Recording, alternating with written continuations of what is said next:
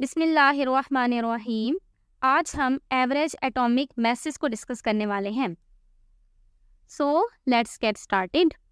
Table 1.1 of atomic message of elements shows many examples of fractional values.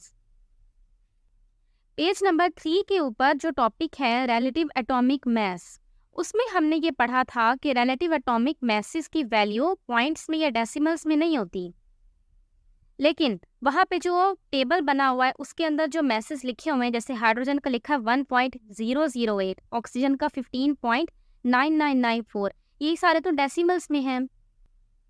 तो आज हम यही देखने वाले हैं कि ऐसा क्यों है, पीरियोडिक टेबल के अंदर जो एलिमेंट्स हैं उनके मैसेज डेसिमल में क्यों मौजूद हैं।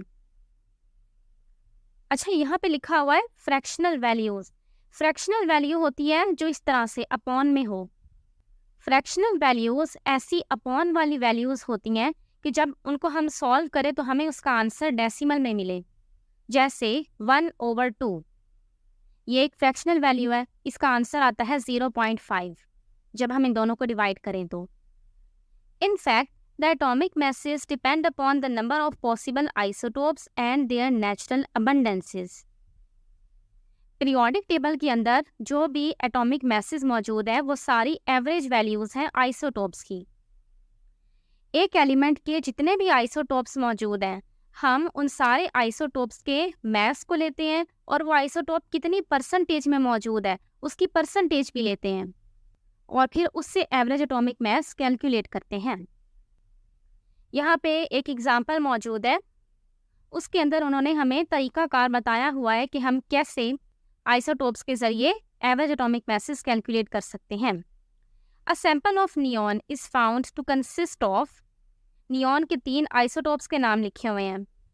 एक है नियॉन 20, एक है नियॉन 21, एक है neon 22 in the percentages of 90.92%, 0.26%, 8.82% respectively. हम नियॉन के इन आइसोटोप्स के मैस को यूज़ करेंगे और इनकी अबंडेंसेस की वैल्यूज़ को यूज़ करेंगे और उससे एवरेज एटॉमिक मैस कैलकुलेट करेंगे। देखिए कैसे। हम एक आइसोटोप का मैस लेंगे और उसको मल्टीप्लाई कर देंगे उसकी अबंडेंस से। जैसे नियॉन का पहला आइसोटोप है 20 और उसकी अबंडेंस है 90.92, इन दोनों को मल्टीप्लाई कर देंगे। फिर इसके अंदर अगला आइसोटोप हम ऐड करेंगे, यहाँ प्लस का साइन लगाएंगे। अगला वाला आइसोटोप है नियॉन 21 को मल्टीप्लाई कर देंगे, उसकी अबंडेंस से वो है 0.26। फिर अगला आइसोटोप ऐड करेंगे, प्लस का साइन लगाते हैं। आगे है नियॉन 22, इस 22 को मल्टीप्लाई कर देंगे, इसकी अबंडेंस से 8.82 से, और इस सारे को 100 से डिवाइड कर देंगे और इसका आंसर आ जाएगा 20.18।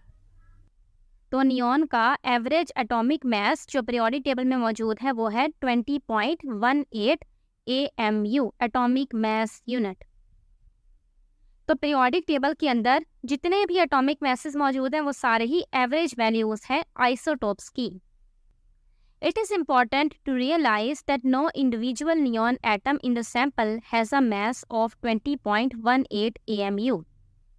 किसी भी नियॉन एटम का मैस 20.18 AMU नहीं होता। नियॉन के जो 3 आइसोटोप्स हैं, एक का है 20, एक का है 21, एक का है 22, किसी का भी 20.18 नहीं है।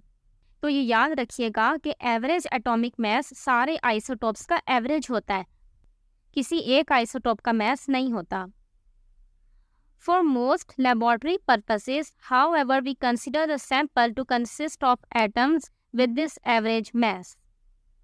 लेबॉर्ट्री के अंदर जब हम एलिमेंट्स को इस्तेमाल कर रहे होते हैं तो वहाँ हम एलिमेंट्स के एवरेज एटॉमिक मैसेज ही लेते होते हैं, भले हकीकत में उस सैंपल में से किसी का मैस भी वो वाला ना हो, लेकिन फिर भी हम एवरेज वैल्यू ही लेते होते हैं। अस्सलामु अलैकुम।